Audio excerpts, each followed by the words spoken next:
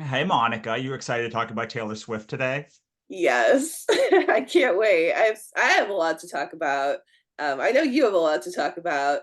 So we are talking about Taylor Swift today, and what we wanted to talk about was really how Taylor Swift's writings and specifically songwriting ability, but like we're going to apply it to storytelling in general because she's pretty much one of the greatest storytellers of our time and a billionaire storyteller, like one of the best billionaire storytellers on the planet right now. We're going to talk about how her discography, so basically starting with Taylor Swift debut as Swifties know it, all the way to the Tortured Poets Department. And we're going to talk about how she has gotten better at making her songs hookier through these albums. And so it's probably like our favorite, maybe our favorite thing that we've ever made, like favorite Yeah, recording we've ever made for you. And so we're really, yeah, we're excited. yeah. Do we, yeah, if you want to So say, yeah, yeah, I think we should just so the framework here is a lot of authors that we talk to write good books, but they don't sell to the level of what, even though they do all of the right things, they say they're writing to their tropes, they're getting good covers, they're getting good blurbs, they're doing all the stuff and it's still not hitting.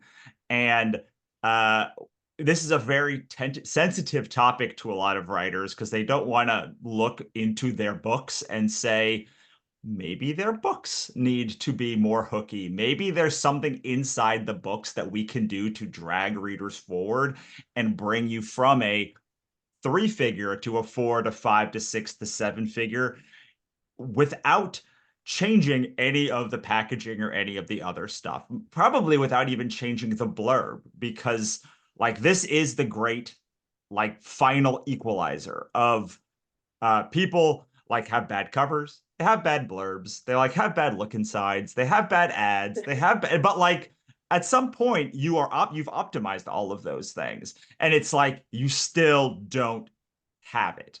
And um I think Taylor Swift is such a good example because her catalog is so varied and she made a clear move from country to pop, and she's each of her books are a different books.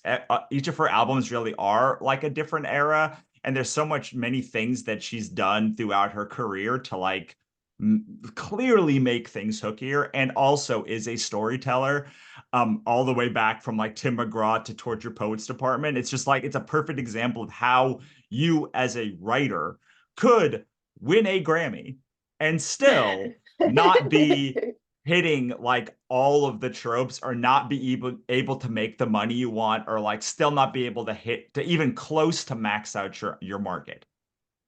yes. I mean, I think like first Grammy of the year was second album, and I think she was 18 years old, and like that's really hard to peak at. But then to kind of also be told, like very collectively, like you didn't deserve this. um, which was part of the story with Kanye West was like essentially like, you didn't deserve this. Not at the Grammys, but like he said this at the MTV, I think it was the Video The Awards. MTV Video Awards. Yeah. Yeah, in 2009 he just got on stage while she was talking and said like, "Hey, Beyonce deserves this more than you." um, and so I think, and obviously that affected Taylor Swift a lot. So I think, we kind of divided this into a couple things. Well, I guess before we even say that, I think what I want to say is like the thing that you and I talk about behind the scenes, which is like we read seven figure authors' catalogs, and we talk to a lot of seven figure authors. And like the thing that we've noticed the most is that they just like their books really are like better than the average indie authors, like Yes. period. I mean, and like there's nothing to really escape that. Like I'm not, and like better, what I mean by better is like more commercially viable and like like a better story in terms of like being hookier. Yeah. And like I think that's really the only way we can define better is like, and you read these books and you're like, yeah, that I can see why that author is a seven-figure author. And we Russell and I experience this all the time. We're reading this one seven-figure author's back catalog, and you were saying like the series that broke that author out is just like way hookier than their first series. Like we were talking about, like the writing isn't hasn't really Right. changed. It's just the concept and everything is like way better in this one. Yeah, I mean so that's why I think Taylor Swift is such, because like she is a professional author who sold writer who sold millions of copies like on her debut. Already, yeah. Like she was successful already. She could have Right. just retired and made that thing like the thing Yeah. that she did and would still be more successful than almost any writer who's ever lived. And Mm-hmm. um, but you can just tell, and like she would say this too, because like I've talked to her about it. Like she Yeah. wrote a six-figure series and like it did well. Like she wrote a seven-figure series and just it's hookier. It has better like chapter breaks. It like makes you keep reading more. It makes you go back to it more. Like it's just like Taylor Swift has this line that's like it's like I put narcotics in the songs, that's why you're singing along. And like it's very clear, like when she started putting narcotics in her songs, because like there are albums as you get further in her catalog that just like you can't not go back to. Like you just like, Mm-hmm. and it's not because you like she's putting a gun to your head to do it. It's just like it keeps getting in your head like every Right. month. Like It's just just so like cute. a thing comes back. And I was telling you when we first came up with this idea of like the first three albums, like I don't often feel the need to go back to them. Not because I don't enjoy them when I listen to them. It's just Right. like they don't the songs in there don't drill into your head. And like a little bit that happens with Red, a lot that happens with 1989. Like as you get further in her career, especially like 1989 for me, Midnights and Torture Poets Department, just like they Right. drill into your head. Like I just have to keep listening to those albums. And if you have to keep reading a book, like more people will read that book, you will talk about it more, you will think about it more, more people will you'll get more word of mouth. Like all of these things happen. So I will tell you, I haven't listened to the debut Taylor Swift album in a long time. When Yeah, she me was either. putting out Torture Poets Department, I went back and I was like, oh my God, like the first song on her first album Right. is Tim It's McGraw. And it's great. you're like, what? Yeah. Like this is the first one? I don't I like, but I can't remember one other album, what song on that Yeah. album off the top of my head. I can remember Tim McGraw, and you were saying some stuff before we recorded about Tim McGraw, so I think we should start Yeah. there. Yeah, let's start with Tim McGraw. So, debut album is, well, the album is actually called Taylor Swift, but like everybody in Swiftie world calls it debut. So like and like we're all still waiting for this album to come out again. So I think like I have not revisited this album in a very long time either. And like I have no need to. Like I don't know when the re-release is going to be, and honestly like it's not that exciting to me, but there were a lot of amazing songs on this album. So like Tim McGraw's the first song on the album, also her first single, and it uses like there's so many things that like it had going for it. um so really like a couple of things like and part of our framework, the first thing is like she uses a lot of what we call X factors, and so those are things that are like celebrity, and she just uses things that, so using the name Tim McGraw for example, but she uses things that basically kind of establish her as almost an authority. And so like you see this a lot in nonfiction, like, and it's really it's like it's a psychological trigger, but it's also like language that you use that would establish you as like an expert or an authority on the nonfiction side, but she uses it in effectively like fiction. Basically it's not fiction, it's her real life like fiction memoir. um she sings about Tim McGraw. Tim McGraw is not actually she's not actually singing about Tim McGraw. She's singing about herself, but like giving like essentially giving an ode to him or giving like a name check to him, the same way she does in Tortured Poets Department, with Stevie Nicks and Patti Smith and like all like a bunch of people there. But she's giving him a name check like super early on. Like she's just coming out of nowhere almost. She so does he even know her? It doesn't really matter, right? Because she puts out this song, and Tim McGraw, married to Faith Hill, two of the biggest names in country at the time, besides Shania Twain, people that Taylor Swift grew up with, people that her audience grew up with. And honestly, like, I hate to say it, but people whose careers, like, maybe they're not on a decline, but their biggest songs were honestly before Tim McGraw came out. And like, that kind of sucks for them. But there was like this huge sense of nostalgia talking about Tim McGraw, and like the entire song is about nostalgia. So the song, if you haven't, and the reason we're kind of using Taylor Swift too is like, if you want to follow along with this conversation, you don't have to watch a whole television series or read a whole book series that you've never heard of. Like, you can just listen to like a 3-minute song. Right. But the song is effectively about she's her senior high school boyfriend is leaving, and she's sad because she knows they have to break up.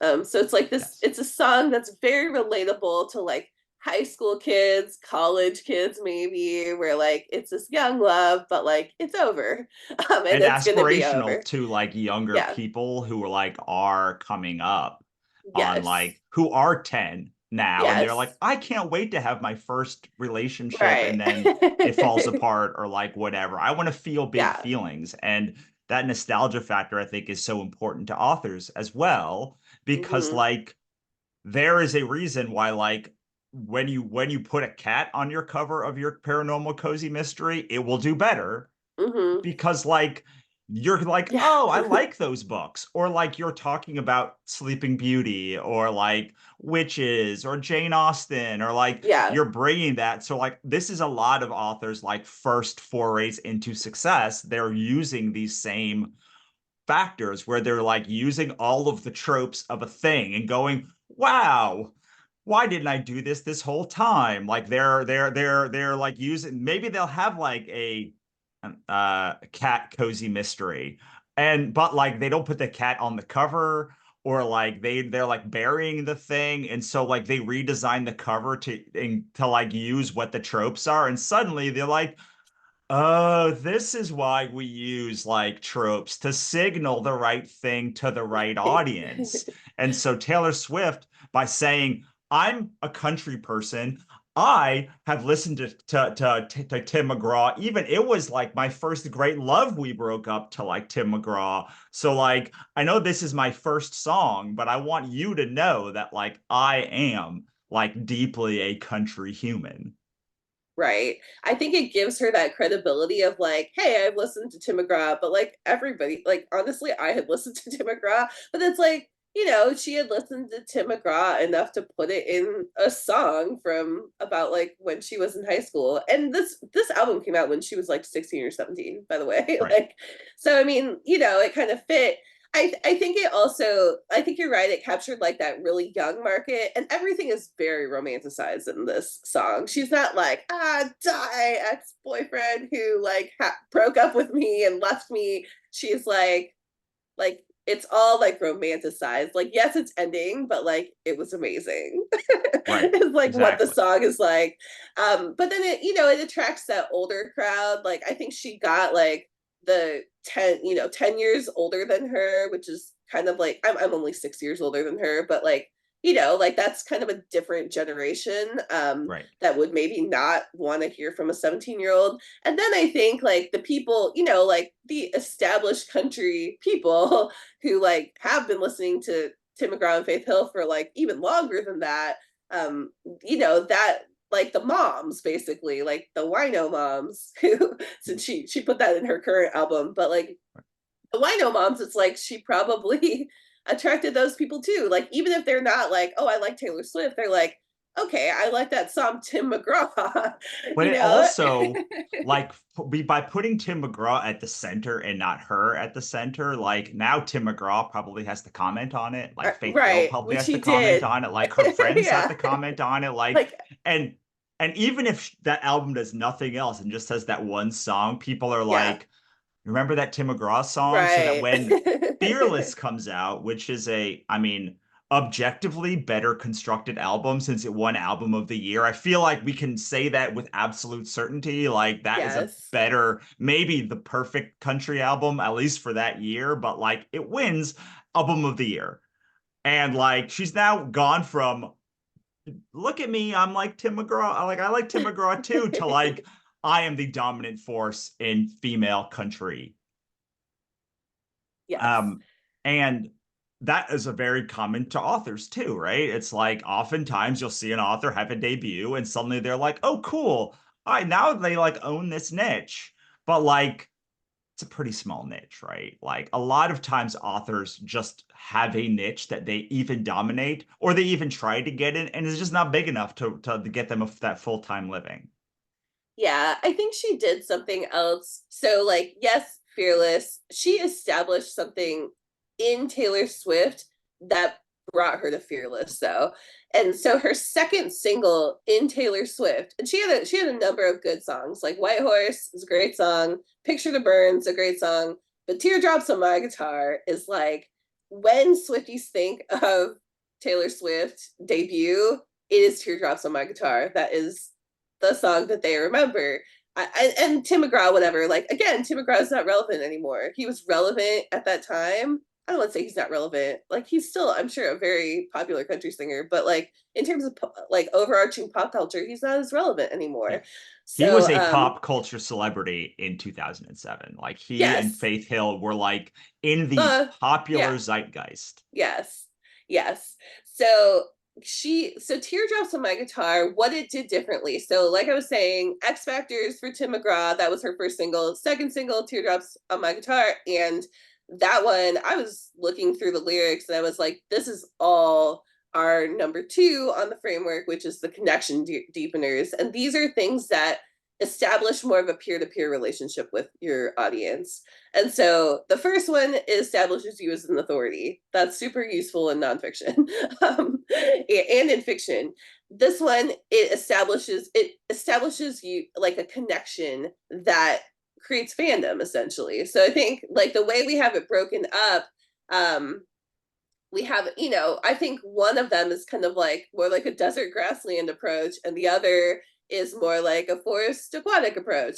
And she does both on the same album and like first single, second single. So first she gets your attention, then she's like, here's like a super personal song and like a pretty weird song. Like she names like this guy she had a crush on, Drew, like many times in these lyrics.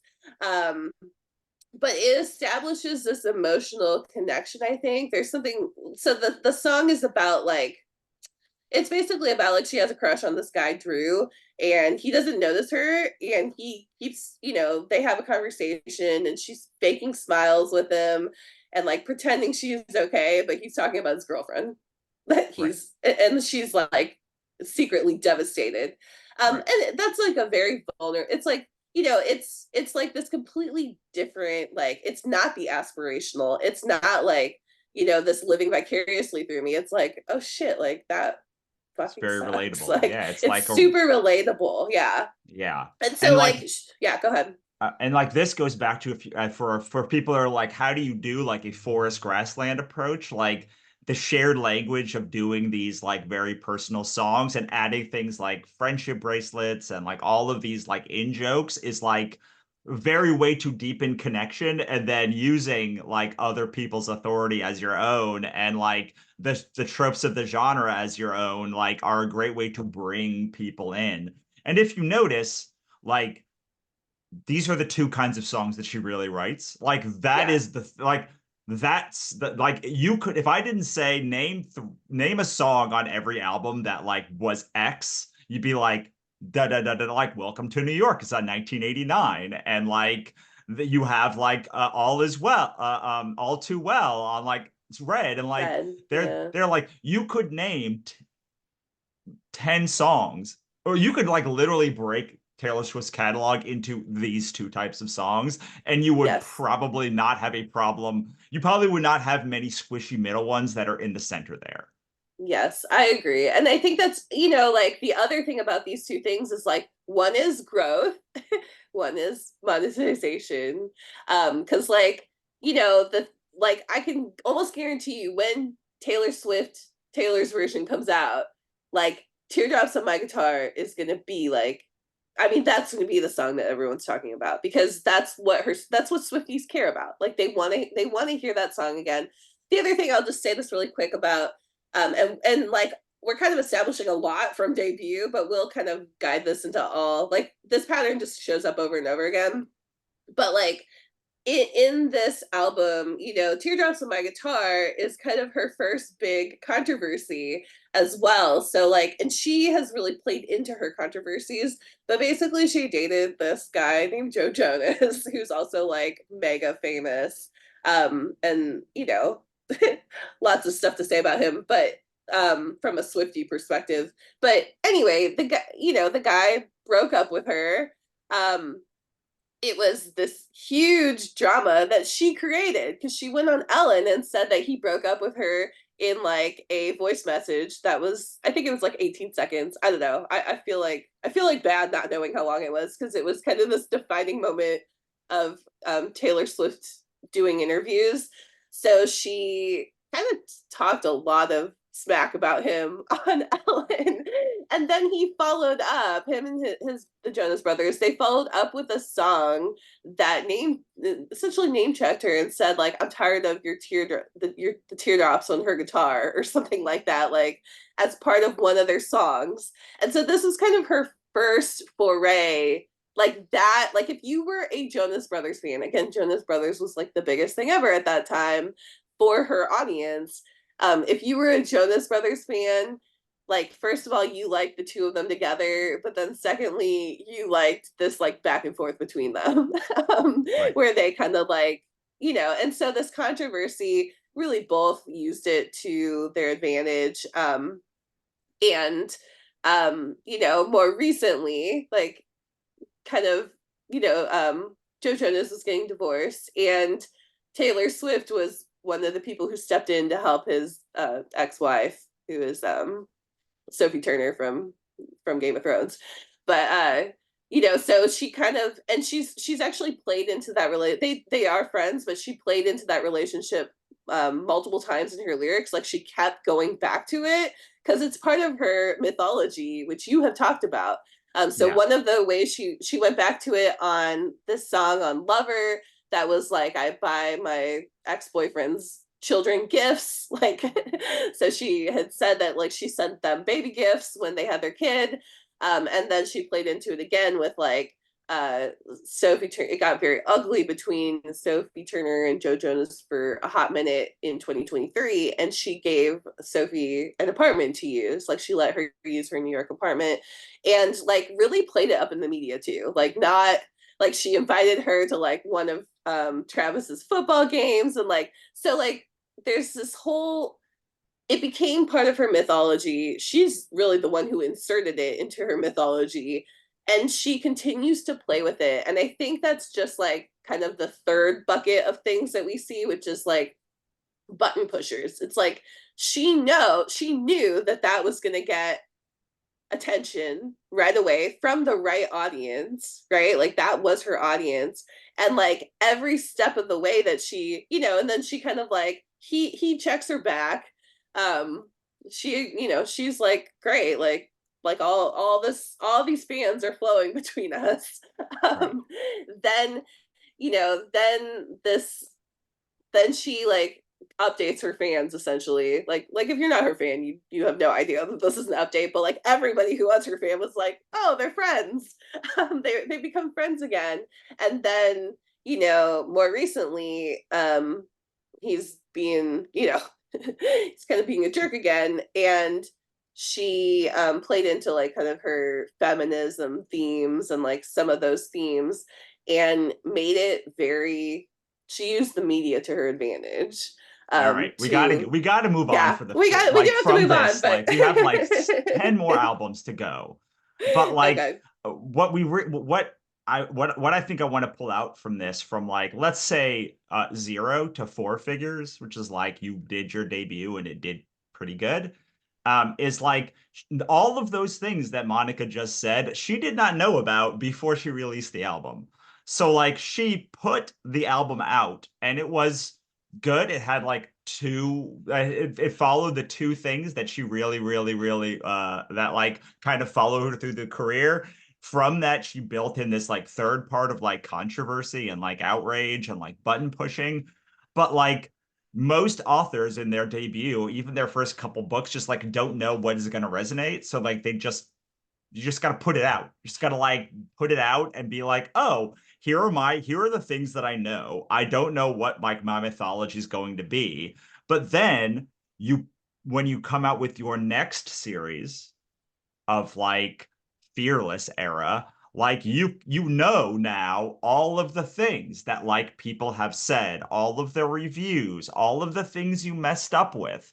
And like you can now like embed all of those things into the actual work to like make it pop and like maybe not win album of the year, but like to resonate more deeply with like the people who you want to, which were country fans at this point. Like it is Yes. like the epitomal country album, and the epitomal like like Faith Hill, Shania Twain Yes. successor album. And like what you're trying to Absolutely. do is like, look, I'm in. I name checked Tim McGraw, my first song. I'm Yeah. now like I am in the era of like Faith Hill, Shania Twain, Reba Yeah. McEntire, Dolly I've Parton. Like this is like now this is that album.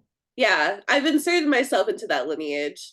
I will also say that that was the perfect pop country album because I mean, Faith, all the people we just named were pop country more than country, right? But she definitely like almost very strategically or purposely or mastermindedly inserted herself into that lineage really cleverly, I think. And I think it paid off huge for her. I mean, and again, she's a good writer at this time, but like check out the lyrics from these first two albums, like not really anything, right? The other thing is like Fearless, she had so like her two biggest songs on that they were crossover pop and really almost more pop than country in many ways. I also think they played into this like fairy tale mythology. So she was crafting a mythology that was appropriate for her age, I think, at the time. And it was like girl in big pretty dresses who like wants to fall in love and like her the two most popular songs on that album were Love Story and You Belong with Me. And she like really plays into them even during the Eras concert, which we both went to. She before she sings these songs, because she's 34 years old right now, she was 17 when she was doing these songs, performing these songs for the first time, or for this audience. She says, are y'all ready to go back to high school with me? Because it is very like, even like during the thing I was like, how is she going to go back and sing about these songs that she wrote in high school? And so she just comes out and says it. And like, I think a lot of artists would feel very cringe about anything that they made 20 years ago or 15 years ago. But she really like leans into it during her tour, and like she's like actually really comfortable with it. Even, and she put out this album again. So we do have a Taylor's version of Fearless, but she like leaned into what it was. She didn't try to remake it into what she is now. She really Right. leaned into what it was. And wore ball Um, gowns during while she was like doing yeah. the Oh things in the yeah. Eras tour. And like yes, but and I think that what's interesting in this thing is like she like often you get to the top of your niche. So like the next stage is like she's not a pop singer now, she's a country singer, and like she's capping out at what she can earn as a country singer and the things she can have, and like she spends kind of two albums like reinventing herself like in like stages, and kind of doing a less perfect country album and then doing like a Yeah. kind of awkward pop album but like has a lot of good pop hits. And like when you come to the Red era, you're like, oh, like she made like a couple of like perfect pop songs on like Red, in the same way that she made those pop songs on her debut, on her Hmm. the perfect country songs. So she was like still doing kind of country, but like Right. but then people are like, oh, and I remember I didn't start listening really heavily until 1989, which is like everyone, that's everyone. But she seeded that transition in Red because I was paying attention to some of the songs Right. in Red, and like they were the perfectly constructed now instead of like Carly Simon like kind of like song, and like on that in that like vein of like now now she was like going into her like songwriter, I'm like a like Patti Singer Smith, songwriter yeah, era. singer Yeah. songwriter era. Hmm. But she's like not going to end there because like then she's going to become pop princess really hard in like 1989, and like she's going to like take on like much more like Madonna-y like energy. But like she yeah, anyway, so like I really enjoy because like what I want people to take out of that is really like you might cap out at your like really a big part of going from 5 to 6 figures is like finding a niche that's big enough for you to like grow, right? Yeah. I mean, I think so. There was Speak Now, she continues to kind of play into this romance fantasy vibe, and like it's fine, like but somebody was like, you need to change your mythology. Like you can't be the girl in sparkly dresses going into your 20s. Like it's just like you've got to like reinvent yourself. And I think I think like you start to see like she did something that was working really well, but it starts to decline in a way. Like she does not win, album of the year for this album. And then Red is like this massive transition album. Like we've talked about. I mean, we had said this before. I actually think Tortured Poets Department is also a massive transitions album. Like Red had like so many songs on it. It had so many genres on it. Like you're like, I don't Yeah. even know what genre to put this in. Yeah, you had said Um, Torture Pose Department is just all of her songs. And in the same way, I it's feel like got like, yeah, it like has like it has like right. midnight songs on it. It has, so we're almost there, but like let me just kind of set let me yeah, let's just go through this a little bit more detailed. Red is like this huge transition album, and then like 1989 she is like all pop. Right. So Well, do and I want to talk about like Red for a second because like I Yeah, re-listened to that thing and it's chaos. Like it's just a it's chaotic album to listen to. Like I have to be in like a chaotic neutral energy to really, and right. it's forever long. The new one It's is so like long. 2.5 hours. It never ends. And It's so like long. she just puts everything in there. But it's really interesting because like she put everything in there and then like her fans told her like, and like the world told her these are the ones that resonate. Yeah, Oh, these are the exactly. things that like really hit. And I think it's so interesting when you want to again embrace that like grassland. A lot of people are like, well, what's gonna hit? And it's like, well, I don't know. I'm a tundra, so like this really resonates with my like tundra energy of like just put all the things in and see what the Right. reviews say, like people like and don't like, and then like your next book is Right. like Is that the thing. encapsulation of that thing. And Yes. people are so wary to like just like have a chaos book. But like sometimes I just think you need to like For chaos not do a series. series of chaos books, but like one standalone book that's like, I kind of, these are the 10 things I'm thinking about doing. And like, what if they all go in and then people tell me what they like? And then I do that one. Yes. I think that's definitely what Red was. I think that she realized she couldn't keep being sparkly pretty dress girl, um, from like the first three albums, and she realized like she needed to reinvent. So she was like, let's give you everything I'm thinking about doing. And like Right. the most popular songs on that album were it was really the pop songs. I think those were the ones that like really uh brought her like new audience. And I think Right. that's something that for authors, we see a lot of people, they peak, right? And then they disappear, like not Right. disappear, but they decline, right? That's what Right. a peak is. But like she has always been good at like staying like re-peaking. Like she because like she really could have kept doing what she was doing, and she would have, like, people think they're going to keep doing what they're doing and they're going to stay where they are, but actually like the market is constantly moving. So if you keep doing what you're doing, you are not going to stay where you are. You're going Right. to decline as the market declines, and we see that like, I mean, we see that like all the time. Like, I mean, a lot of author stories are this. So Yeah. like, doubling down on your genre, like all these things, like they're good to a point, but like then it stops working, and Right. and, and people are like, okay, but I'm throwing more and more at this, and it's like the market has moved. Right. You didn't Or move with they've it. or they've so we talk about arbitrage a lot, right? Like I just did an article on the trend cycle, and Mm-hmm. like deserts are really good at that beginning when, like, let's say there's 5,000 books in that Yeah, a genre can have, and like there's only 100. But like once there's like more books than the genre can hold, there's no like people need new kinds of books. They need like new twists on those books, which is when forests really get in. One thing as you're talking makes a lot of sense to me also is like all bet her people were saying, you cannot do pop. You have to stay in right. your They lane. were.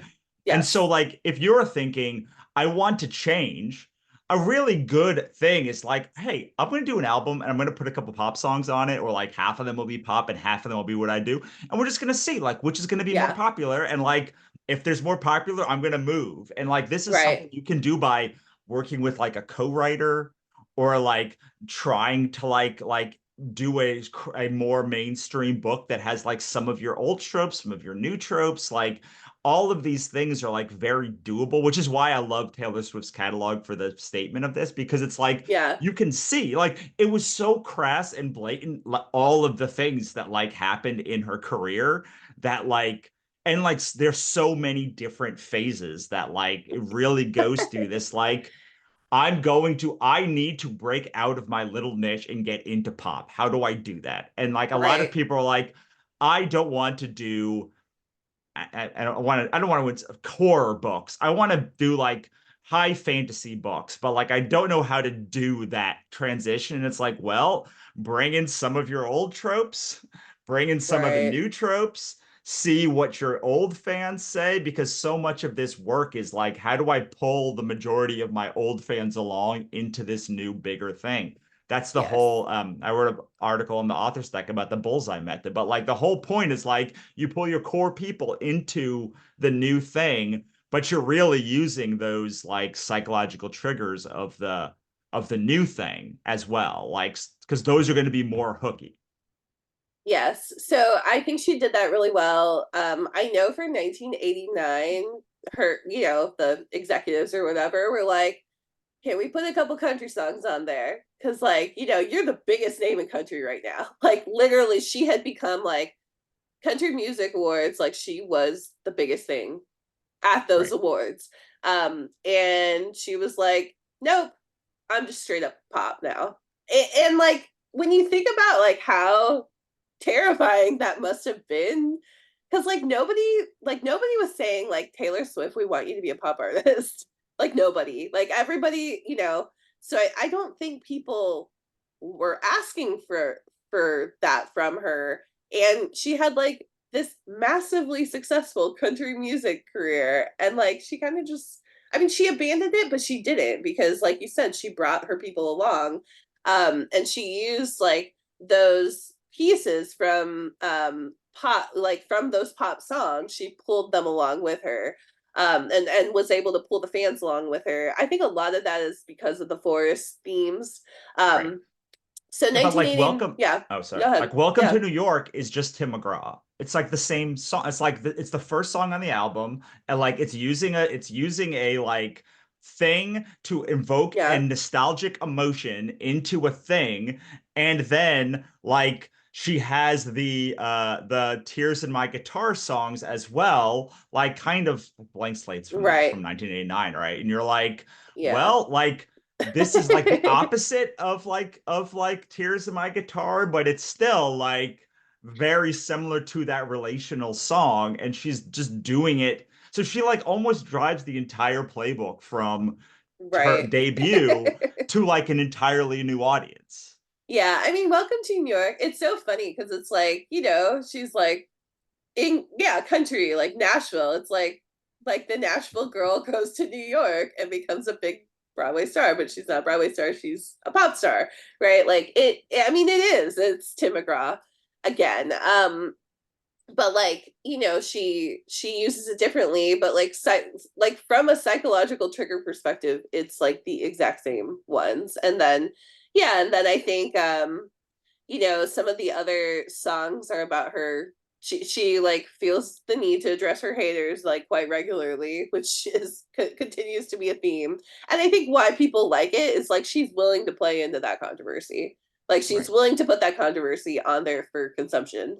And other people, I mean, it feels like a lot of people are willing to do that in the pop world. But I think that what she does that's different is that it's really quite clever how she does it. She's not just like, oh, like, you know, screw you. Like, it's like, she's like, oh, like, I'm a crazy woman who like has all these boyfriends that like I just, you know, I'm just like going through them like crazy and like she like Right. creates this whole like character, like this alter persona, and it's like, oh, you think I'm crazy? Like, here, let me like completely act out your fantasy. Like, she basically takes a media fantasy and is like, let me take it to like Alice in Wonderland levels. Which is Um, so interesting because like she knows what's hot. Like it's like, she's yeah, oh, like she's been using all of the data that she's gathered from her own. Oh, look, this controversy wasn't, I'm probably not going to name that one. Like, or like look at all of these things people keep coming back to. yeah, And I was if the more that you keep coming back to something, the more like you should create stories around them because like mm-hmm, they're probably like a relevant thing for your audience and yourself. And so right, like over the course of like All Too Well and like all of the songs on Speak Now and Fearless and just like country music is like this is the she's really bringing like what if I just made this about myself, like which is yeah, what country music is basically about, like yeah. super relatable, but like we're gonna put some pop hooks in it. And she won Album of the Year again. Yes. I mean, 1989 is the perfect pop album. Like we talked about this beforehand. Like it's the perfect pop album. It came out again as Taylor's version. I mean, we are all listening to it again. I'm like, this is like a flawless album. Like Right. in terms of pop album, there's like no skips on like you can listen to it. It's like so sonically cohesive. And then this is where I think she really like reestablished her themes. Like none of us think, I think the reason why those three first albums are like, you know, they're for the Swifties, but like the people who've been there, but they're not like you're not revisiting them as like they don't have the themes that she is known for today. Because that was like, I want to be, I mean, aside from like I want to be in love, but like you know, the other themes are like love is beautiful, it's a fantasy, nostalgia, you know, like there's all this stuff, but like, you know, the themes that she starts establishing is like, I'm a feminist. um, you know, I think the media is, you know, mistreats women. And like, Right. you know, she establishes kind of these more adult themes as she grows up through 1989. She starts establishing them in Red, I guess. Like in Red, she responds to Kanye's thing, which I think everybody knows what that is, so I'm not going to waste time on it. She responds to that with the song called well, with a couple songs. So she she uses Red to kind of respond to that, and then like 1989, she's like, "Yay, I'm happy." It's all about it's actually all about. I think the Joe Jonas thing works so well, and like so like Joe Jonas, she writes a couple songs about him. Jake Gyllenhaal, she writes like a lot of songs about him. Like the whole, like a lot of the Red album is about him. And then I think she's seeing like, hey, this kind of works to write about these like famous ex-boyfriends. 1989 is all pretty much all about her ex Harry Styles, who again is boy band again, One Direction.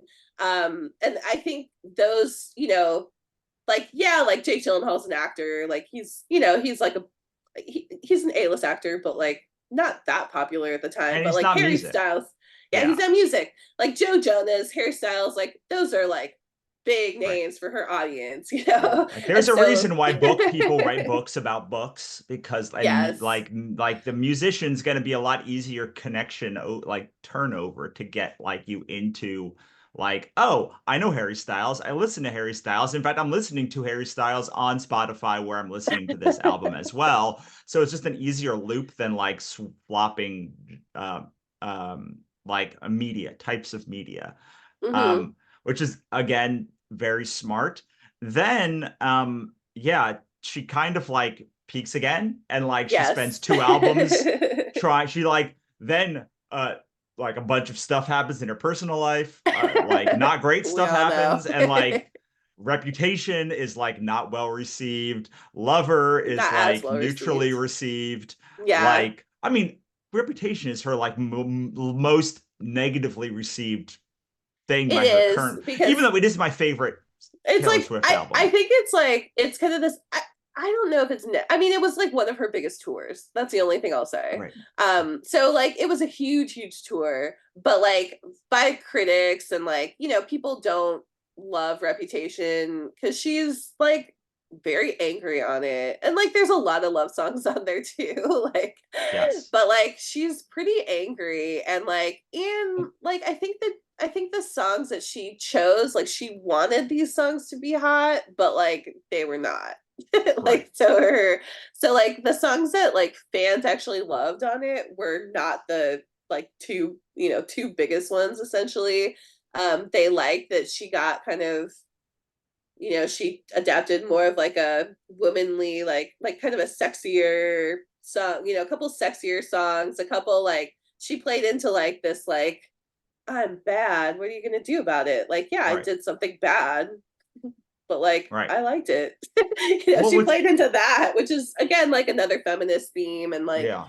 um, Well, and I think that like the energy on Midnights is the same as Reputation, but much better mhm. received. Right, Like, yeah, so like, she toned it down. Like, right. Reputation was like, like Well, I I'm also think just mad. like the cover of it, like, is Hmm. different than the rest of her oeuvre. But like, this happens a lot when you talk about hitting that peak of success, where you're like, I don't have where do I go? And then you're like, I need to like add more stuff for the future. So one thing that I Yeah, would say about this era really tells me is like she's really seeding like the post folklore albums in like Lover 1989 and Reputation a lot, and also folklore.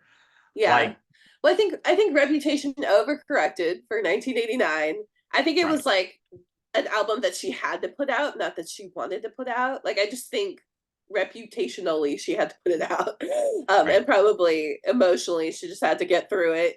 right, And then I think she was like, oh, let's recreate 1989, and we get Lover, and it's like, okay, I think a lot of it was like, well, after Reputation, like honestly, I don't want Lover, like, right. Well, and what's really yeah, go ahead. sorry, what's interesting is like a lot of forests specifically think that their fans want the same book from them Yes. over and over and over. And what tends to happen over time is you're like, no, like the books start declining because like that's actually not true. They thematically want similar out like books from you and series from you, but they don't necessarily want like the same themes because like if you play 1989, if you literally just look at 1989 and then like Lover, they're like I know she's got a label now, but like they play very similarly, but like had Hmm. very different over and because Taylor Swift's thing is so much like getting controversy, like that didn't have It as kind of much like is, yeah. controversial thing of that, so it Right. didn't have those hooks to pull it up in the media. So it didn't. And again, one of the things that forests don't aren't very good at is like getting new people excited about their work because they've become very insular and they just like talk about the themes that are really important to them, and like Taylor Swift is really good at like casting out the attract line and like Yeah. the desert lines as well. Well, let me just say, like, I mean, the one thing about this album is like the tour was canceled because of COVID. So we Right, didn't actually get to see like what Lover could have done because like it was canceled. So we have no right. idea what Taylor Swift's plans were during that time. Maybe she could have made it like the next biggest thing ever. Obviously she's incredibly good at pivoting and like played like she's really good at playing to the media. The thing with the Lover though is like it is very popular now. And the most popular song on it is the song she should have started with. Like she always does this. She started with the song called Me, which like the whole fandom basically hates. And I think it's the right answer as a Swiftie. But like, Cruel Summer is like it's kind of I mean, it's like it's a very controversial song. Like it's got a Right. lot of controversy in it. And so that song came out and like it blew up. So probably she was going to go on tour.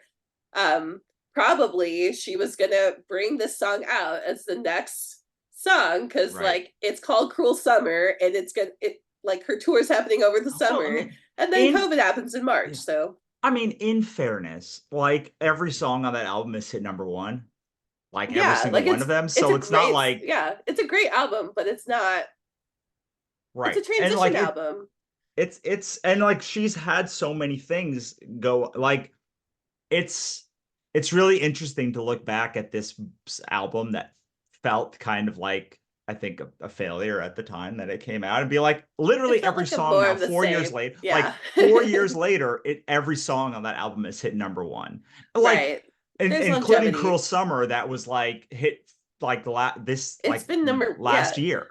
yeah, 4 years after the album release. But I mean she timed it well and like yeah, I mean I think Lover it's again like it was an opportunity for her to keep going. And like if you look at these cycles, it's like, okay, Fearless, Speak Now, Red, 1989. So we got Fearless in 1989 and then it's like 1989 Reputation, which is like completely opposite, kind of a response more than anything, but also a continuation of 1989's themes. Um, then Lover, and then it's like boom, Folklore. Like Right, Folklore is completely different. She, it was not a period to put out a pop album because this right. this album came out of nowhere in the middle of COVID, but it was the album she said it was the album she needed to write. It was the album we needed to hear, and she was right. Like it was And it true. brought people and because she was coming out with her previous albums, it brought people back to like remember I Do Country Well, too. Like yeah, I mean not yet though, right? Like Folklore Evermore was like it was during COVID. She did a non-release release. Like she just put right, them up on her Instagram. sure. That's how like everybody found out about these. Like, hey, here's an album for you. Hey, here's another album for you 6 months later.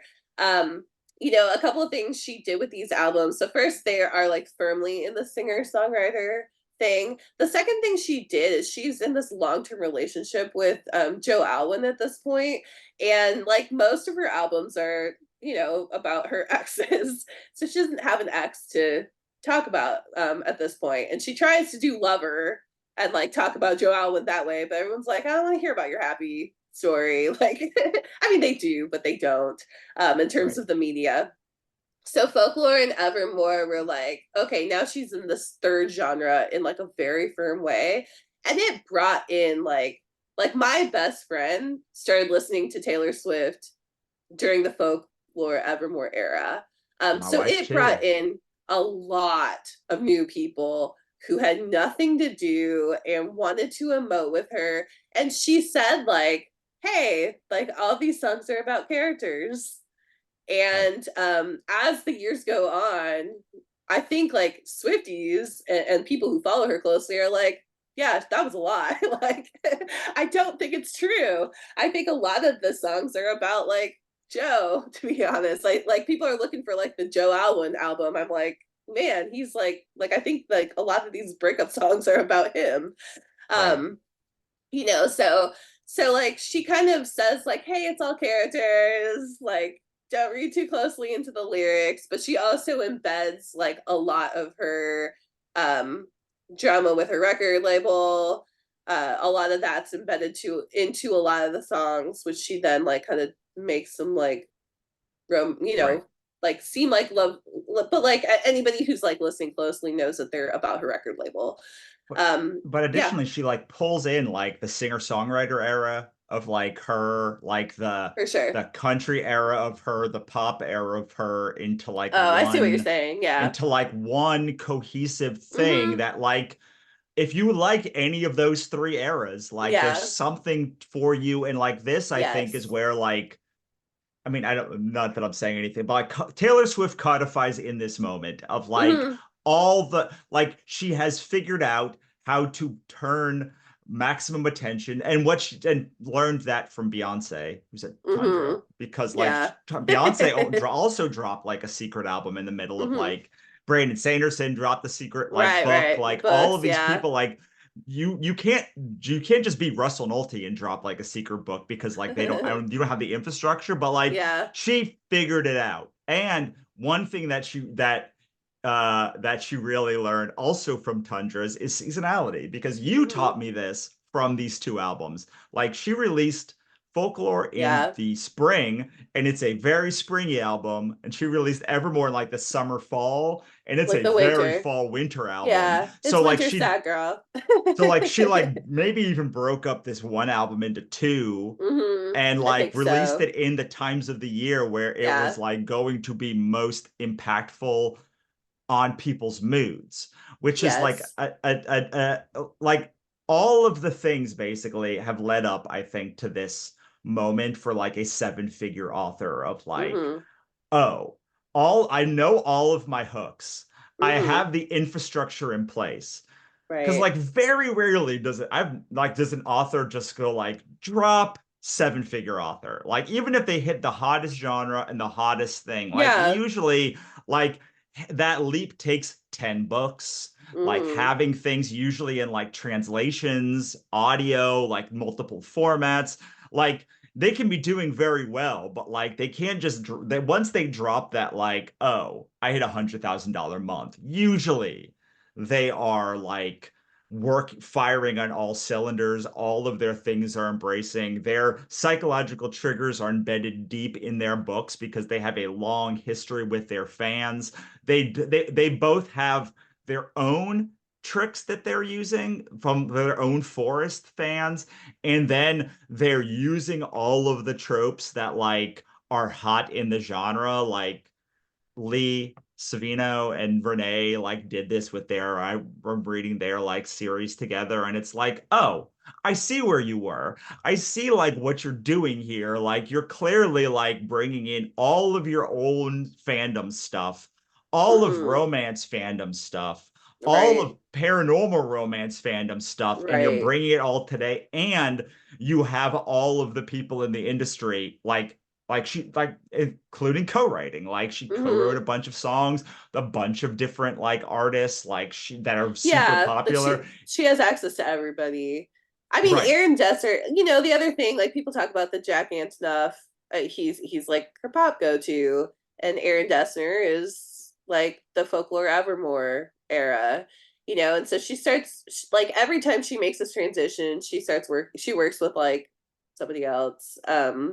And they kind of stay with her like to keep her I think to keep her album or to keep her sound not the same, but like and probably there's like trustworthiness. She's got a you want like good people around you when you get that famous. But Right. I think like she starts working with Aaron Dessner on these albums, and it works. Like people, like it just brings in this whole new audience. So like people Mhm. who love, who love the National, and it just brings in like all these new people. And like my best friend starts listening to Taylor Swift at this time, and she's like, yeah, I'll never be a Swiftie, but like I like these songs. I will tell Right. you now, she's hardcore Swiftie now. Right. Well, Maybe and then because you have partly because of me, I'm sure. But well, another thing that happens when this time is like her albums start coming very fast, like every yes, 6 months, in the same way that like yeah, a rapid release of like a series is going once you hit that level. But um, very smartly, I think those albums have stopped coming as quickly because Russell Nolte knows this very well. In order to get in and like really hit that next level, it helps to like pound.